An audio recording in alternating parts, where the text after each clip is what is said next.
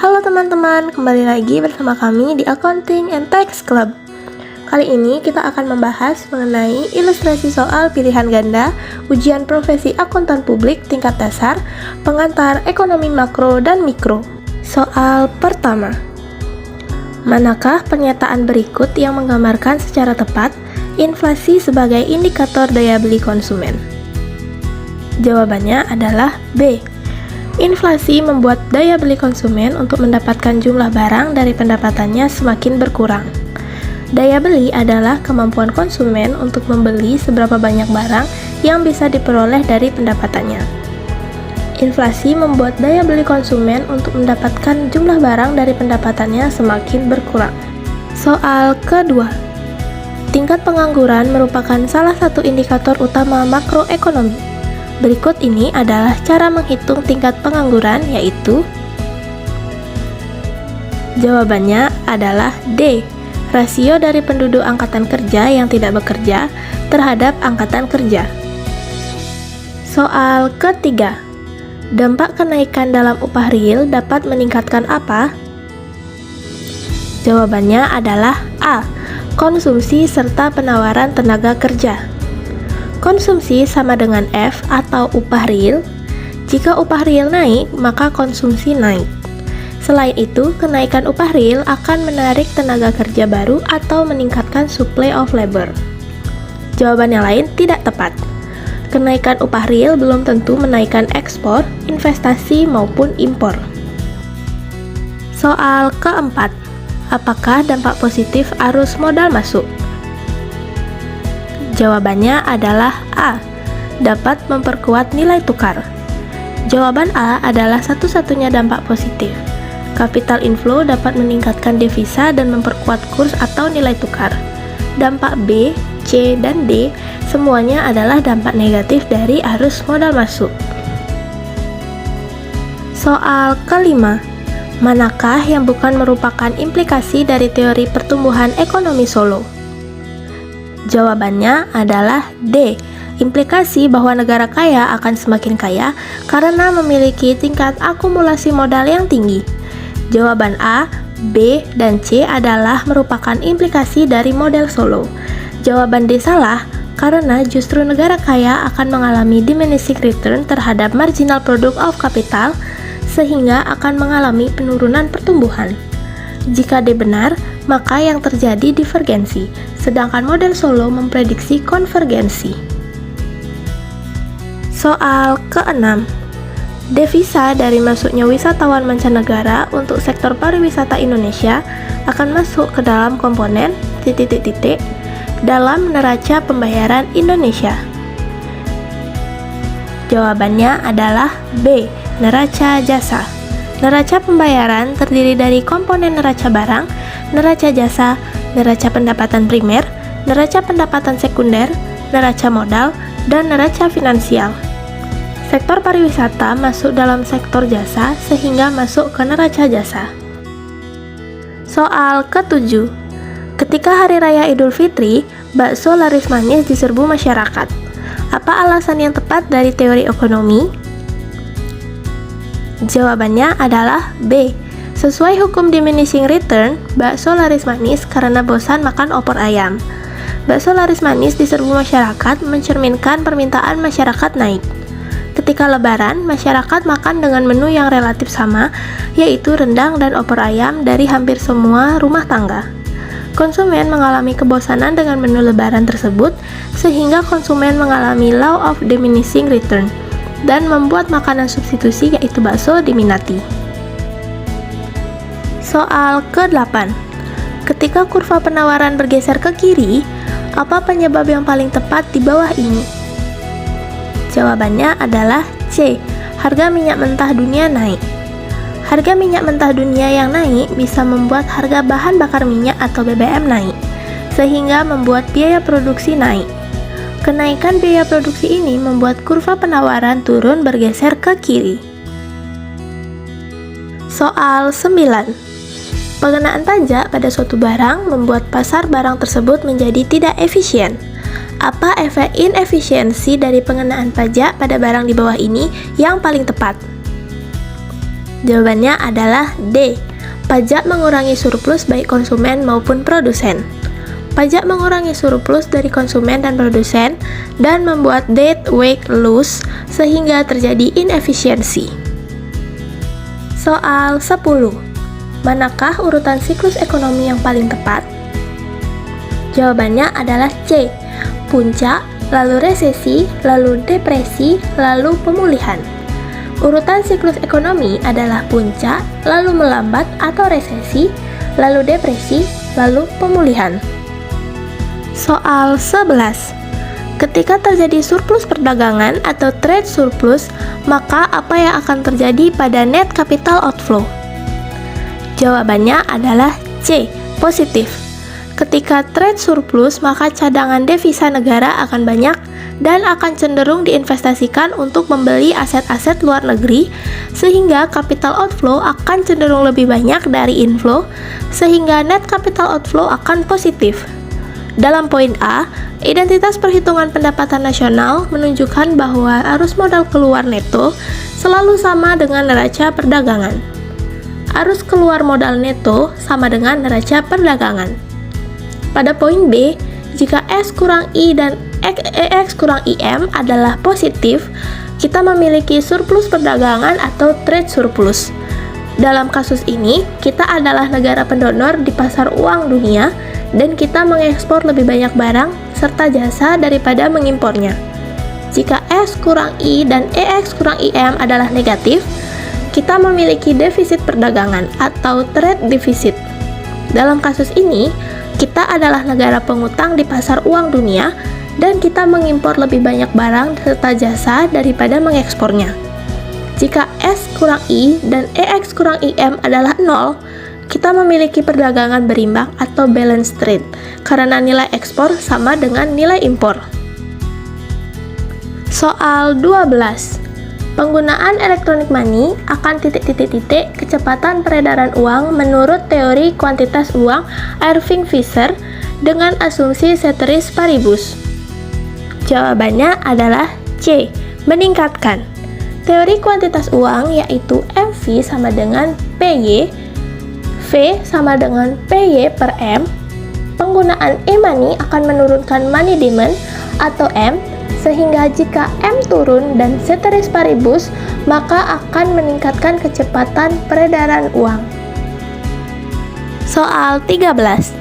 Apa penyebab yang paling tepat terjadinya penurunan investasi di suatu negara? Jawabannya adalah A. Kenaikan biaya pinjaman dan prospek ekonomi yang memburuk. Kenaikan biaya pinjaman dan prospek ekonomi yang memburuk dapat menurunkan investasi suatu negara. Selain itu, juga kenaikan upah buruh serta kenaikan harga energi.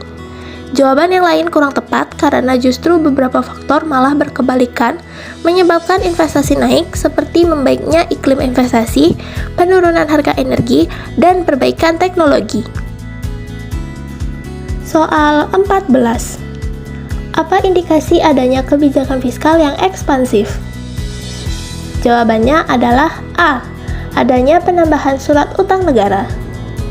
Salah satu indikasi kebijakan fiskal disebut ekspansi adalah ketika defisit meningkat.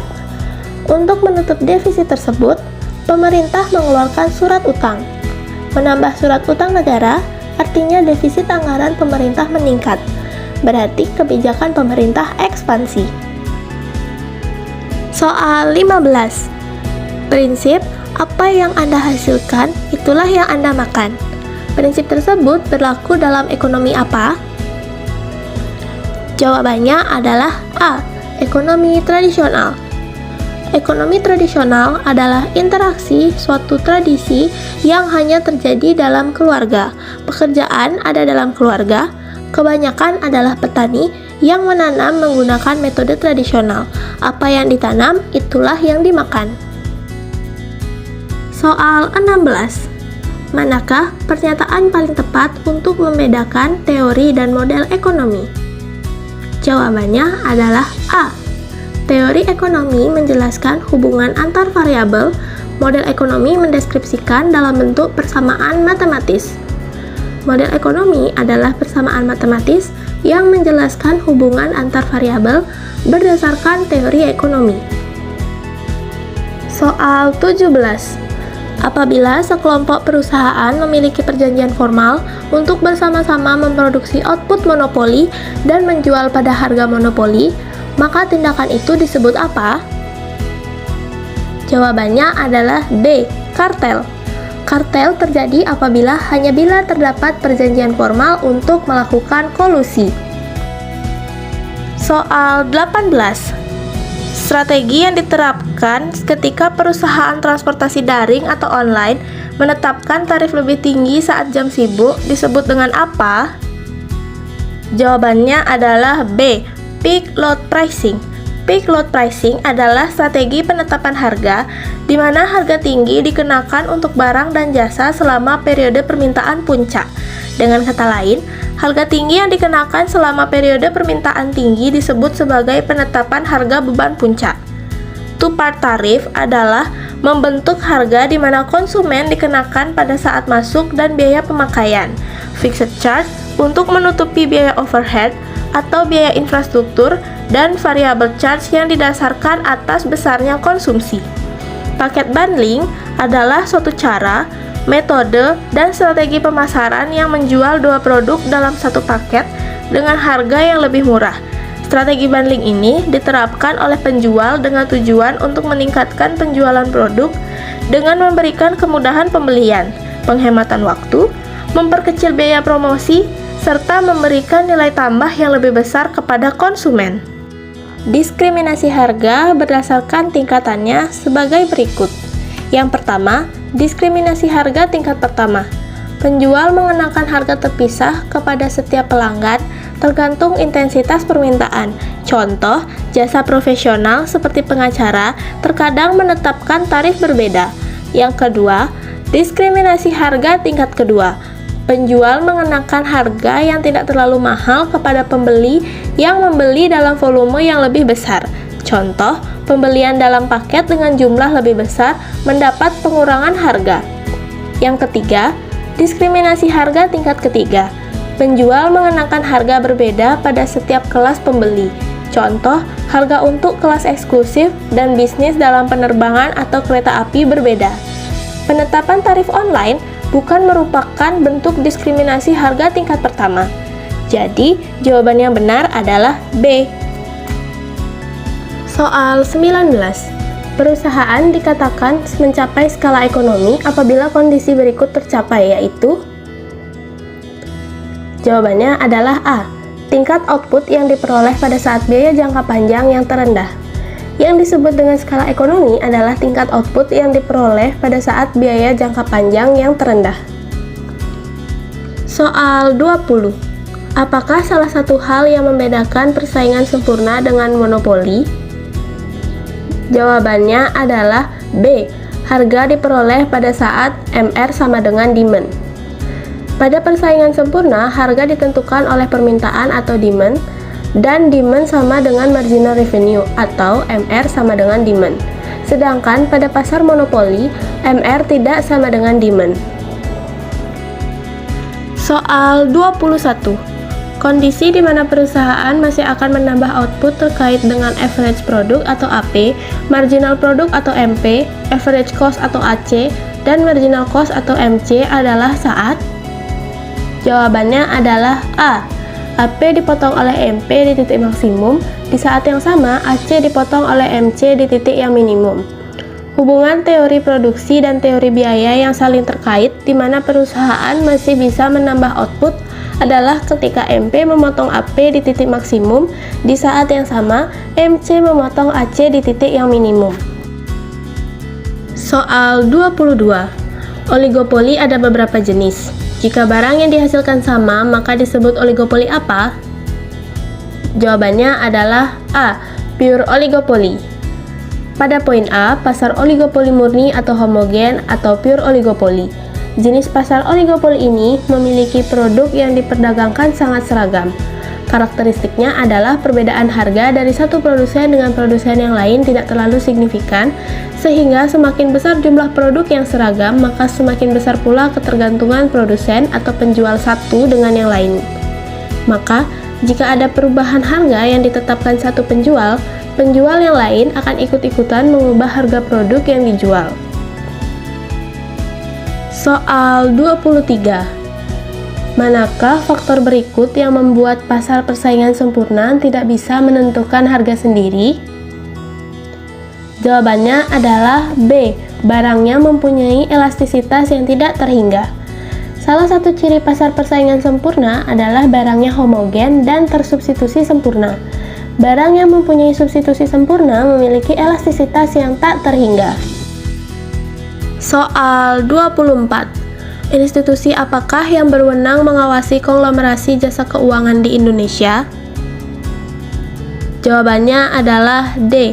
Komisi Pengawas Persaingan Usaha atau KPPU dan Otoritas Jasa Keuangan atau OJK.